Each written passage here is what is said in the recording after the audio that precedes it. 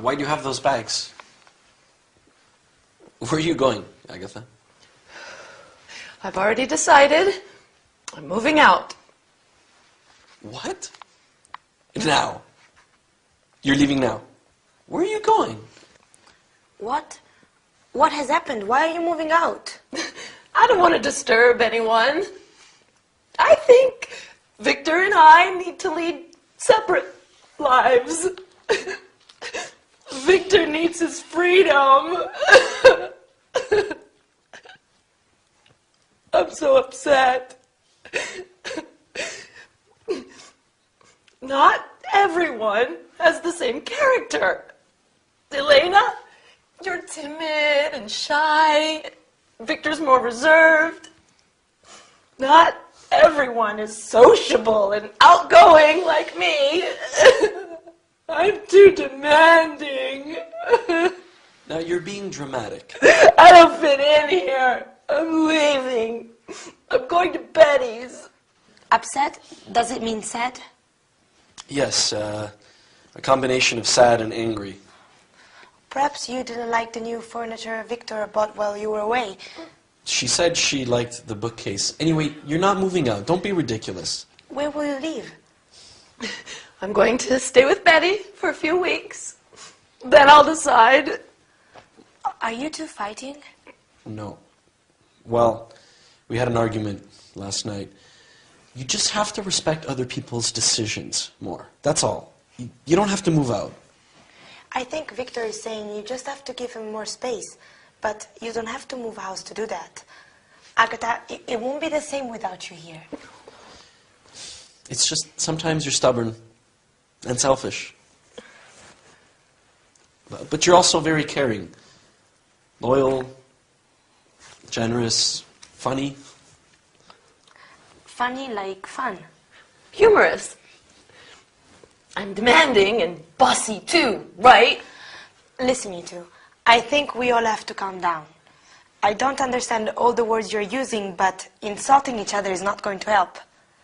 Victor, you have a lot to do, and I am sure you've been a little anxious recently. Sorry, Agatha.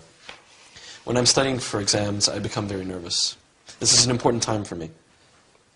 See? Agatha, he's apologizing, and I'm sure he's going to be kind and understanding from now on.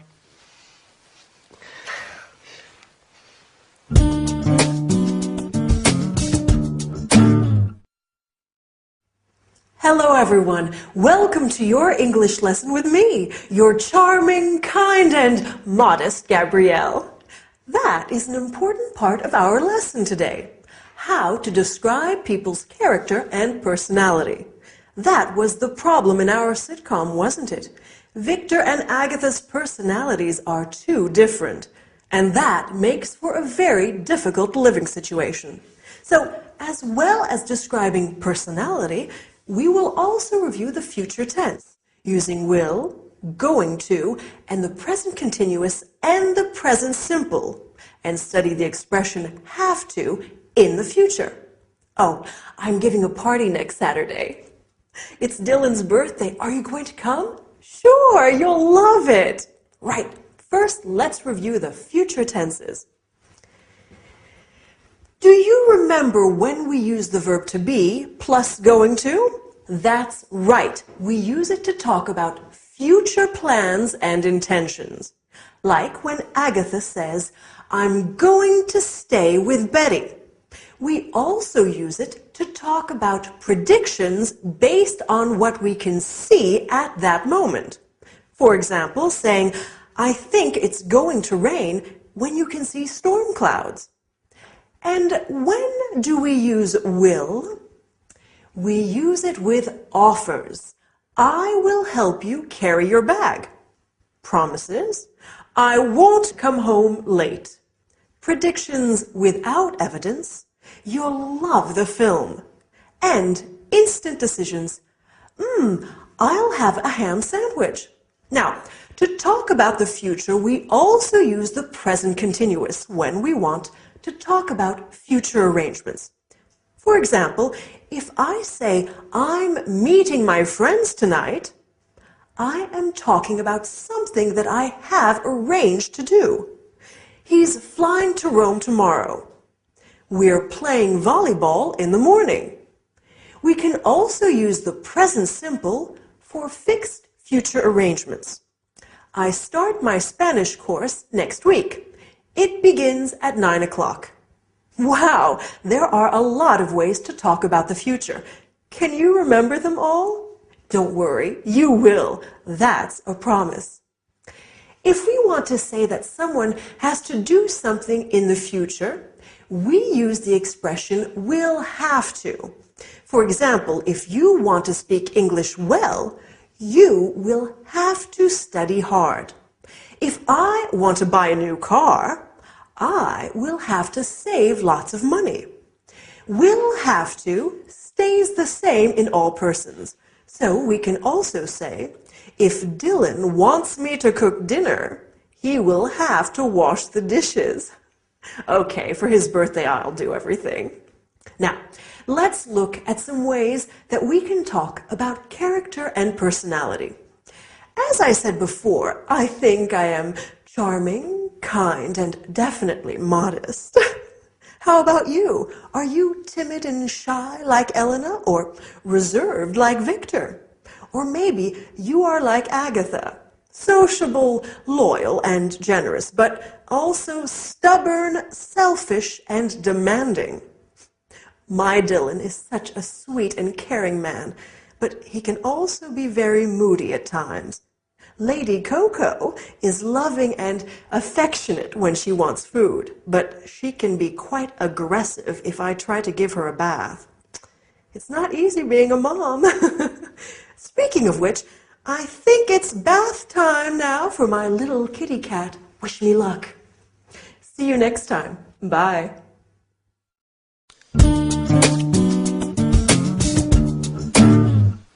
Did you get caught in the rain?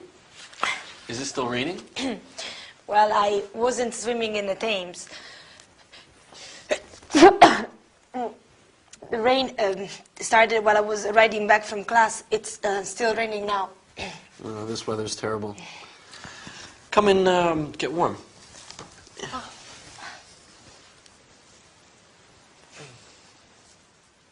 There you go. Is Agatha home? No, she was on her way to yoga when I came back from class. I hope you're not coming down with a cold. Your hair's still wet. There, pass me the towel. I'll dry it for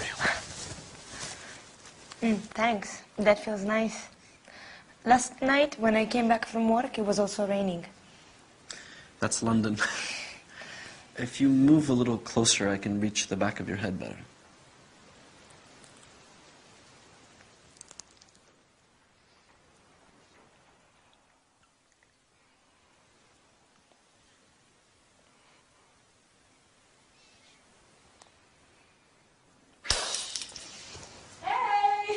It's just me. Are you okay? All's well. It's just the vase near the door, that's all. Oh. I have to make a phone call. I'll do it from the other room so I don't disturb you two there studying. You don't have to. We can go upstairs. I can go to my bedroom, and Elena is better off drying her hair in the bathroom. Yes, of course.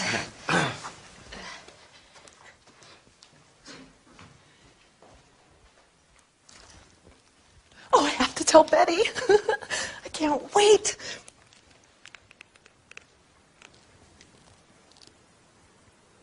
Good morning. May I speak to Betty Summers, please? Betty, you'll never guess. Betty? Oops. Sorry, wrong Betty. Could you put me through to Betty Summers, please? She works in the accounts department on the second floor, extension 566. Yes, I'll hold. Thanks.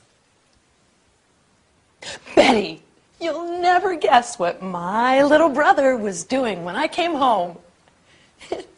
He was sitting on the sofa kissing Elena. No, they were definitely kissing. It wasn't just a quick kiss. They were kissing when I arrived home.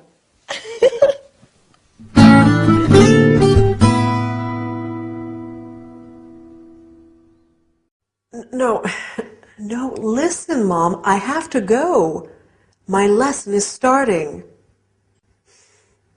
I'll call you back tonight. Bye. Sorry about that. My mom loves talking on the phone. It's sometimes difficult to get her to stop. Well, how about the sitcom today? It was getting pretty steamy on the sofa, wasn't it? Anyway, let's look at what we are going to study today. First, we will look at the past continuous.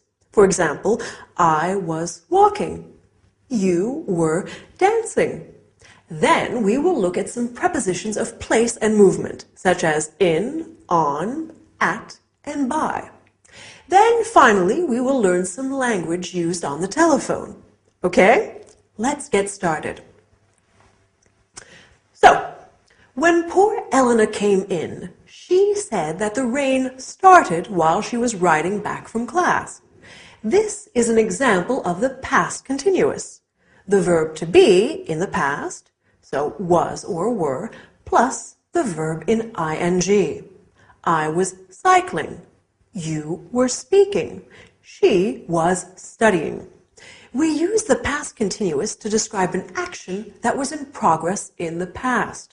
We often use it with the past simple to describe a long action interrupted by another action. For example, I was walking down the street when I saw John. She was washing the car when it started to rain.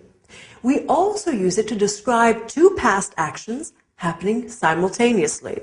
As Agatha said, he was sitting on the sofa kissing Elena, meaning he was sitting on the sofa and he was kissing Elena. I was cutting the vegetables while Dylan was pouring the wine. Do you see? Now, let's look at some prepositions of place and movement. Has anyone seen my bag? Oh, here it is on the table. Oh, I'm so forgetful. I can't remember where I put my keys either.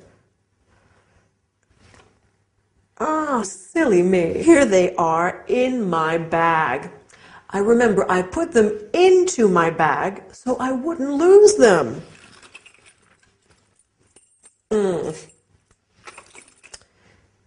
And my glasses? Where are they? Ah, they are in here too. I think I'll take them out of the bag so they don't get broken. Maybe I'll put them onto my head. For safekeeping. That's better. Now, after the lesson, I'm meeting my friend Jade for coffee. I'm meeting her at the flower shop on the high street by the park. I hope I remember. You know what I'm like. Okay, finally, I want us to study some telephone language.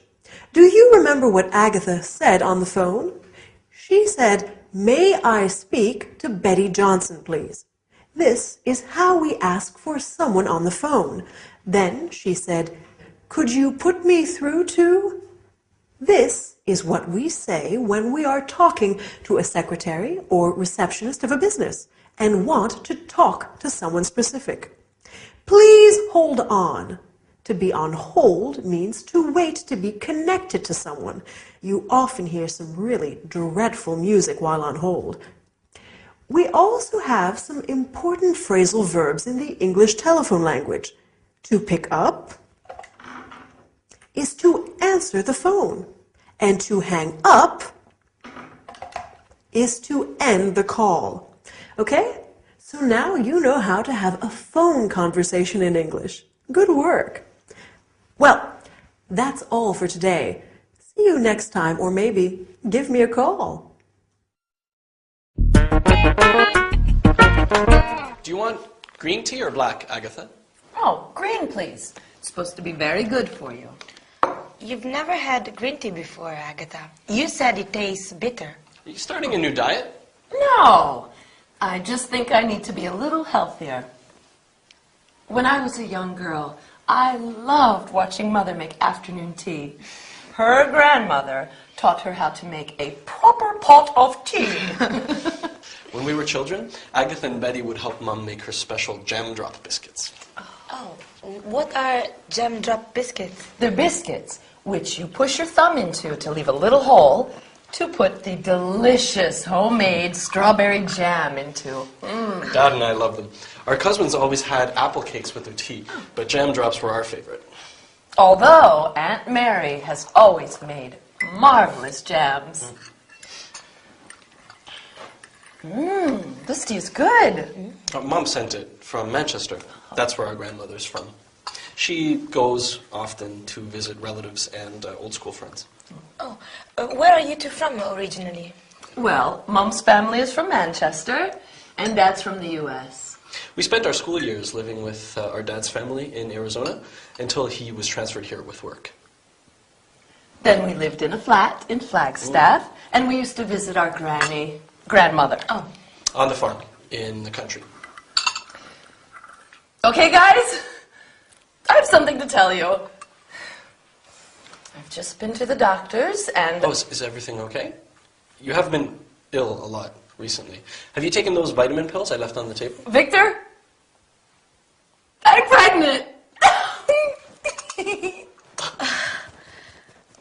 How long have you known? Have you told Harold? I've just spoken to him, although he's suspected for weeks. His transfer has just come through, and he's coming back to London for good. That's fantastic news. I wonder who that is. I'll go.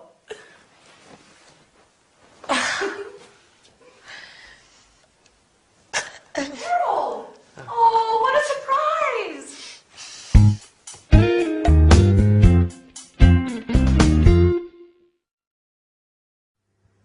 Hi there! Big news for our friends in the sitcom today. No wonder Agatha is being so careful with her diet lately. And that's great news about Harold coming back, isn't it? Anyway, on with today's lesson. We're going to study the present perfect. For example, I have lived here for 2 years. Then we are going to look at questions and expressions with the word like. I like tea. I would like some carrot cake. Do you remember what Lady Coco is like? Here she is. I'm sure you like her. Finally, we will look at how to describe your childhood. I'm curious. Are you ready? Let's get started. So, in the sitcom today, Elena said, "You've never had green tea before." This is an example of the present perfect. We make the present perfect with the verb have plus the past participle of the verb. I have seen this film twice. We use the present perfect to talk about experiences in our lives when the time is not really important. I have been to India. I have been to South Africa. I've been to France, for example. We can also use it to describe an action that started in the past and continues up to now. He has lived here since 1999. It means he's still living here. I've been singing since I was a child, and I keep doing it now. Another use of the present perfect is to describe an action that happened in the past that has a result in the present, an influence on it. Have you done your homework? Yes, I have. So you can go out now. Agatha said, I've just spoken to him, and now he knows everything. We use the word just when the action happened very recently. You have just learned how to use the present perfect. Well done. Now, let's look at the word like. We use like in many ways. For example, I like chocolate, and I would like some chocolate ice cream. We can also say, I look like my mom. He looks like a rugby player, to describe somebody's physical appearance. We can use like to compare things. Your hair is like silk, or your eyes are like stars. We can also say, what is he like? to ask about someone's appearance and personality. What is Dylan like? He's kind, generous, and very handsome. Compare this to the question, how is he? He's fine, thanks. We ask, how is he, when we are inquiring about someone's health and well-being. How are you? I hope you are fine as well. In our sitcom today, Agatha talks about her past. When we talk about our childhood, we often say, when I was a little girl, or when I was 14. We talk about our past using the simple past tense. Victor says, we spent our school years living with Dad's family. This is another way of describing our childhood. Agatha says, we used to visit our granny. We use used to talk about things that we did regularly in the past. When Lady Coco was a kitten, she used to play with her tail all day long. Anyway, that's all we have time for today. Hope you enjoyed the lesson. Bye!